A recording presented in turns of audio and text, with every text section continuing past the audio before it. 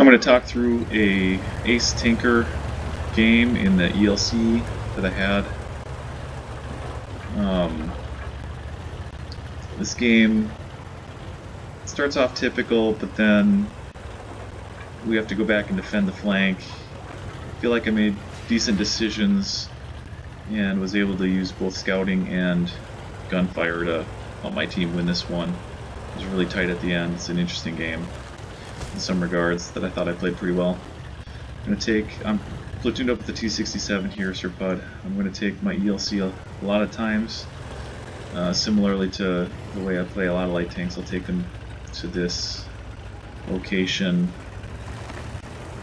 to try to get spots across as tanks drive into position.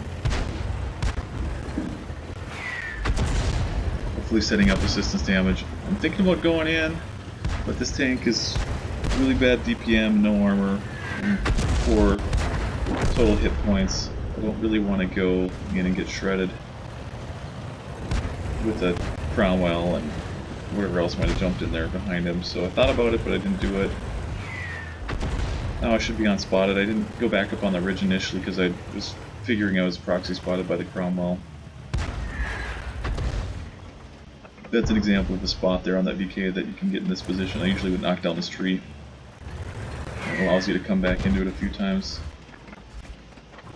Or from time to time between spots if you should shoot or whatnot.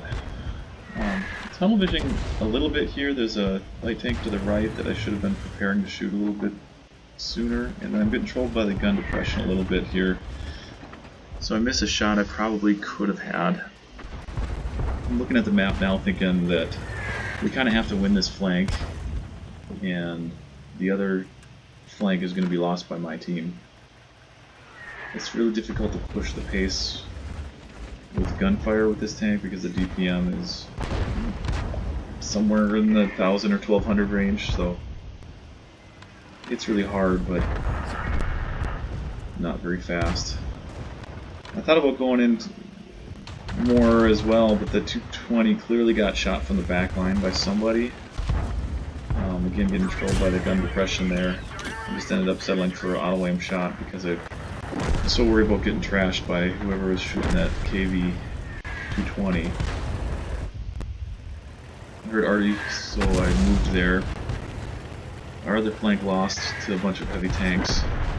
We are fairly even on tanks, but we really need to win this flank to kind of clear it out. And right here there's going to be kind of a decision point.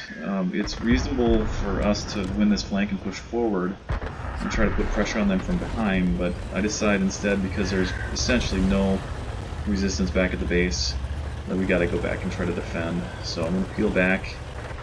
I'm telling my platoon mate that I'm going to go back and spot. If he wants to just find a pushed up location and get cozy, should be able to provide supporting fire. Our KV-2 was AFK, just got blown up in the cap. Spawn, I should say. This tank is ultra sneaky. I feel like I can trust the camo. And then I also have binocs on it, so I should be able to get really deep vision here on these heavy tanks, which have 4 camo, even through all these bushes and trees. I probably should have held that shot. I did not have a good angle on the KV-1, and also that was an accident there. He's clearly spotted. And also I was never going to pen the OI from that angle or that distance either. This thing has to be really flush with the penetration to the side of that tank to actually shoot it. So I think I could have got spotted by the 34M or potentially the OI. In that scenario, the OI has really good view range actually. So the Nashorn got shut down by the TOG from up on top of the hill.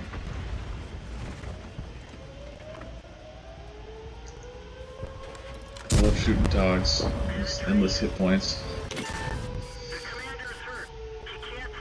So the Sioux obviously is camping down that A line. They've got guys in the cap, but I'm not too nervous. We still have enough supporting fire where we should be able to deal with it. And we have I have an ability to get some vision here again if I need it. But really don't need it. They're spotting these guys in the cap just fine without me. You can see there's a box tank breaking our other flank. It's starting to look pretty bleak here. I know I'm not going to pen him. If I could pen him, I probably would have shot, but I also was kind of thinking that I'm going to... I had such a good position that I kind of wanted just to hold my vision, and so I didn't shoot for that reason. I was going to probably go shoot this 85, but my platoon mate said he had shots and was able to kill him even blind there. So that Tog's still up on the hill. He still could be a problem for me. But this M appears not to have spotted me there. You can see in the forest now there's a tank or two pressuring our flank. Our platoon mate now in the 67 gets spotted. I think probably from the forest side, and felt like he had to try to move somewhere. I think he ended up getting shot by the Tog, who's up on top of the hill still. So they have the hit points. We have 800. They have 2,000. I'm thinking like I need to win the game here with vision at this point. It was probably a misplay right here. I probably should have respotted him and or tried to keep him spotted by getting my binocs up here. I'm a little too worried about getting spotted myself, I think, right here. I should have been more aggressive with my vision, and ultimately allows the 345M to escape. The Jackson hasn't been spotted in forever. I'm not sure where he is. I remember thinking at the time he could have came around, he could be up with the Tog, he could easily be AFK back in base. Since he's not been spotted, it was just really hard to know. I didn't have a good feel for where I thought he was. I thought it would be really unpredictable. So I feel like I don't want us to get flanked, so I'm going to attack into the forest here. I probably do this in a little bit of a careless way. A little bit lucky with the angle in which I spot him, that he's not able to just flat out attack me. And then yeah, unpredictable, there's the Jackson. The Jackson should be just smoking me right now. So I'm a little bit lucky that he is not. I don't know if he just has latency or... there he's finally shooting at me, but my team is able to finish him off. There again, the Tog's probably up on the hill somewhere there in order to land that shot. I'm really trying to get away from the 3045M. Yeah, who has been chasing me, but I've been able to wiggle through and get away. At this point I just want to reset vision and open the engagement back up to long distances, which should favor my tank. So, you know, I don't necessarily want to leave my teammates stranded there over in the corner either, but our tank destroyer has some hit points, the EZ8 has none. So, I'm gonna go try to spot out the Tog here. It's an unlucky shot. This guy's 3 kills and he's made some good shots on me. He killed my platoon mate. I think he's a decent player. Mostly because of what happens right here. So he blind fires and he must ping the map and tell Artie where I am, because I get blind fired in this bush a ton. So now here's a really hard decision. Do I kill the Tog, or do I go back and try to help the tank destroyer against the M? I think I maybe made a bad play here. I think I probably should have gone... There's the first blind fire. The Tog clearly knows where I'm at and he's pinged the map. I probably should have went and helped our tank destroyer stay alive, because this Tog would have been relatively out of position, and I probably could have got away with just leaving him there and dealing with him later.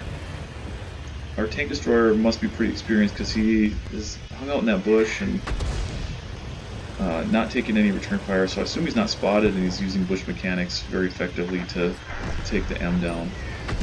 So now we feel pretty good about things here. I've got 1700 spotting and probably a little more damage than I see there. Maybe I can't remember. Maybe we don't have any unspotted damage.